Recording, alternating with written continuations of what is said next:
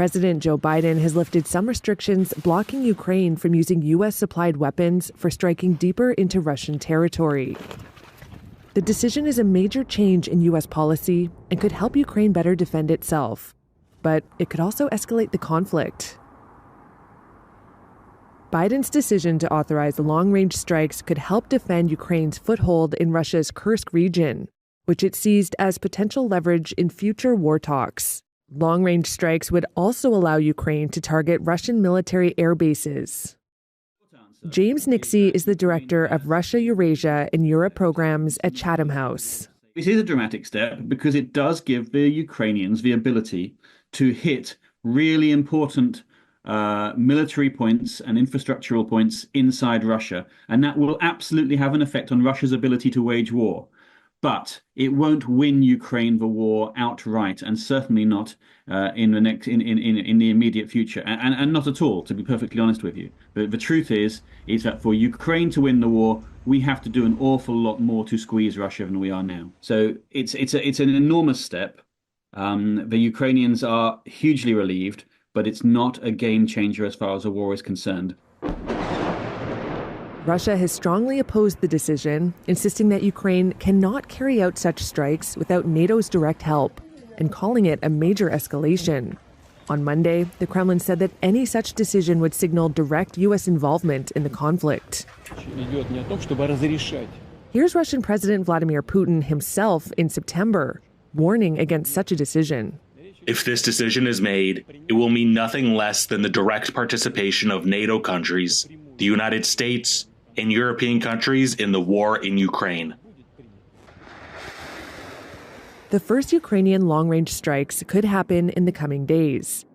But with 2 months left in Biden's term, there's no way to know how long the new policy will last, as a new U.S. administration comes to power in January. Obviously, this can be reversed by Donald Trump when he comes into power in February, and it looks likely to be, judging from the tweets and judging by his appointments. So there is the understanding that Ukraine needs to do all that it can between now and January, mid-January, in order to get itself into that best possible position, because it might well be more handicapped than it ever has been before come 20th January. Trump has repeatedly criticized the scale of U.S. aid to Ukraine and has vowed to end the war quickly, without saying how. A Trump spokesperson did not immediately respond to a request for comment.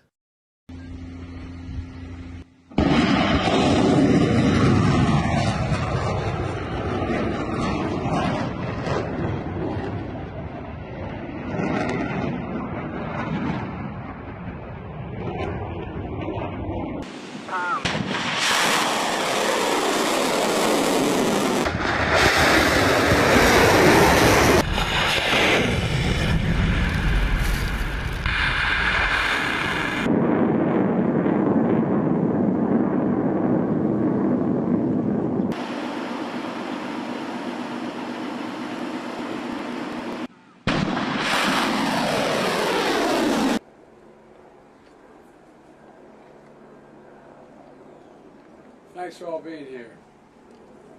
Back home. It's no secret that I'm leaving office in January.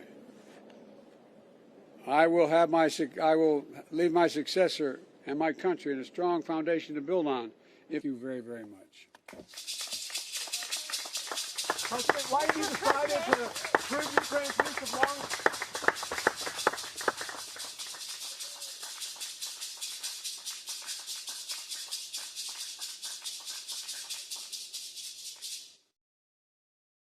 Сьогодні багато в медіа говорять про те, що ми отримали дозвіл на відповідні дії.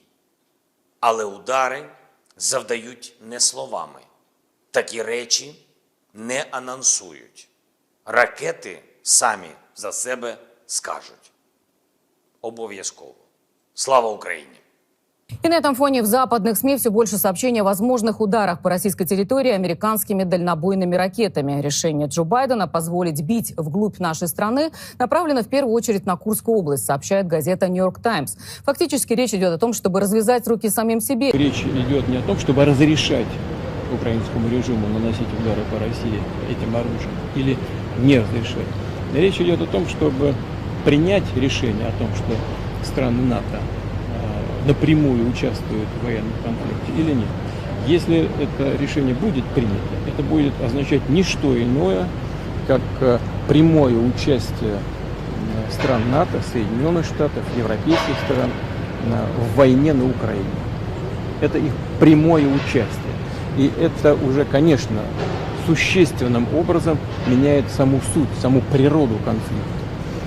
Это будет означать, что страны НАТО, США, европейские страны воюют с Россией.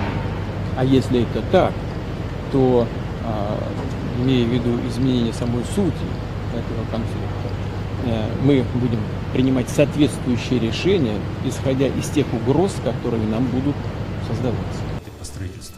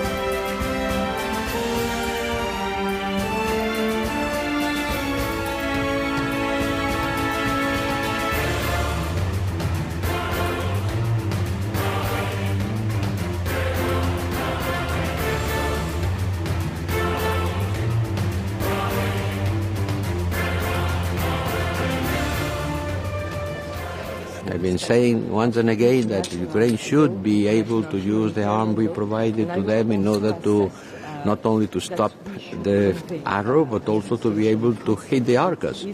Deswegen unterstützen wir noch mehr und intensiver bei der Verteidigung des Friedens in der Ukraine, vor allen Dingen bei der Luftabwehr.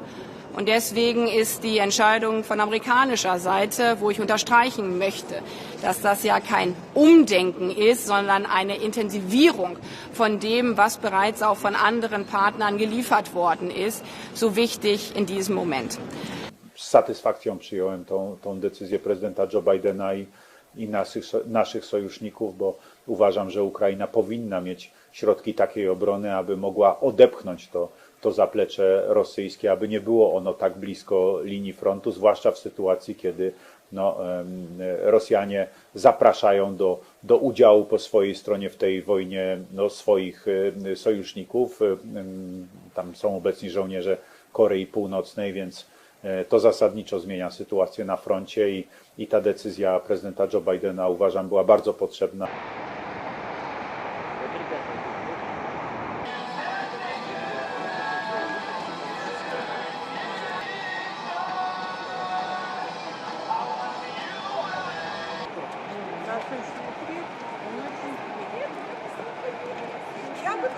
Ну, естественно, и надо в обратку тоже по центрам, которые руководят этими ракетами, тоже все это самое.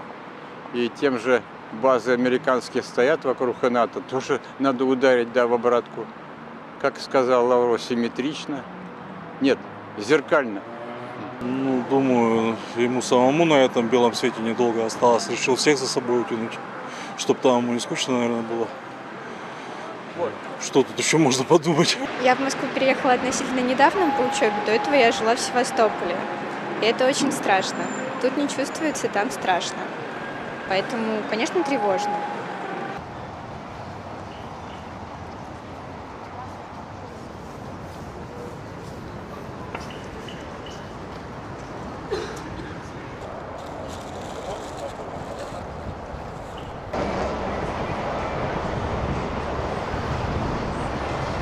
Сказати, що це дуже часто, це не так. Насправді, як превентивна дія проти Трампа можливо, у нього залишилося менше 2 місяців, він хромакачка в цьому плані, намагається зробити все, що в його силах, щоб залишити після себе гарний спогад. так думаю, що від початку, як коли Росія була слабка на початку війни, і тоді треба було. Зараз не знаю, вона міцна, вона має зброю більше, ніж мала колись, і на початку треба було, то і пізно. То так, якби останній спів Байдена, лебедевий спів його, але хай буде, побачимо, чи то такі слова, чи рішення. Себе треба захищати, вони по нам луплять, а ми по ним не можемо. Це странно, це дивно.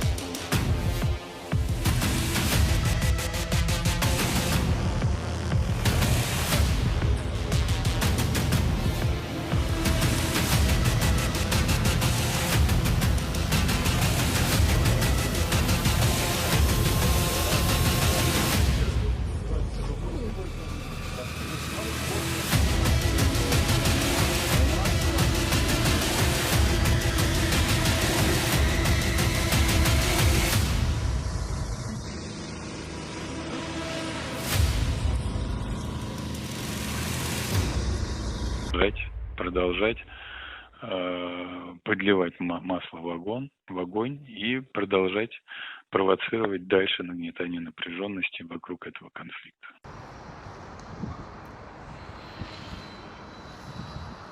Президент Путин уже объяснил очень просто. Дело в том, что эти удары наносит не Украина, эти удары наносят те страны, которые дают разрешение, потому что целенаведение, другое обслуживание выполняют не украинские военные. Это делают военные специалисты из этих самых западных стран. А это кардинальным образом как раз меняет модальность их вовлеченности в конфликт. В этом опасность и провокационность этой ситуации. Речь идет не о том, чтобы разрешать украинскому режиму наносить удары по России этим оружием или не разрешать. Речь идет о том, чтобы принять решение о том, что страны НАТО напрямую участвует в военном конфликте или нет. Если это решение будет принято, это будет означать не что иное, как прямое участие стран НАТО, Соединенных Штатов, европейских стран в войне на Украине. Это их прямое участие. И это уже, конечно, существенным образом меняет саму суть, саму природу конфликта. Это будет означать, что страны НАТО, США, европейские страны воюют с Россией. А если это так, то, имея в виду изменение самой сути этого конфликта, мы будем принимать соответствующие решения, исходя из тех угроз, которые нам будут создавать.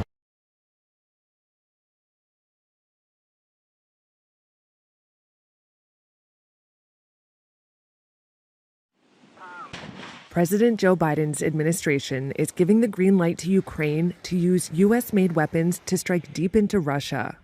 That's according to 2 U.S. officials and a source familiar with the decision. This military drill video shows the Army Tactical Missile Systems, or ATACMS, which have a range of nearly 200 miles.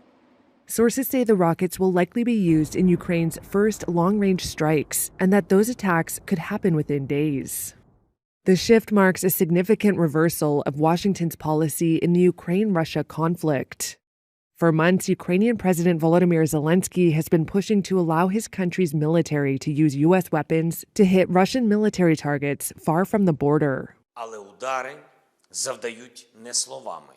On Sunday, he said the missiles would speak for themselves. Ракети самі за себе скажуть. Russia has warned it would see looser limits on U.S. weapons as a major escalation. And one Russian lawmaker warned the decision could lead to World War III, according to the TASS news agency. Sources said the change is largely in response to Russia's deployment of North Korean ground troops to supplement its own forces. Meanwhile, President-elect Donald Trump is set to take office in about 2 months. It's not clear if he'll reverse Biden's decision. But he has long criticized the scale of U.S. aid to Ukraine and has vowed to end the war quickly, without explaining how.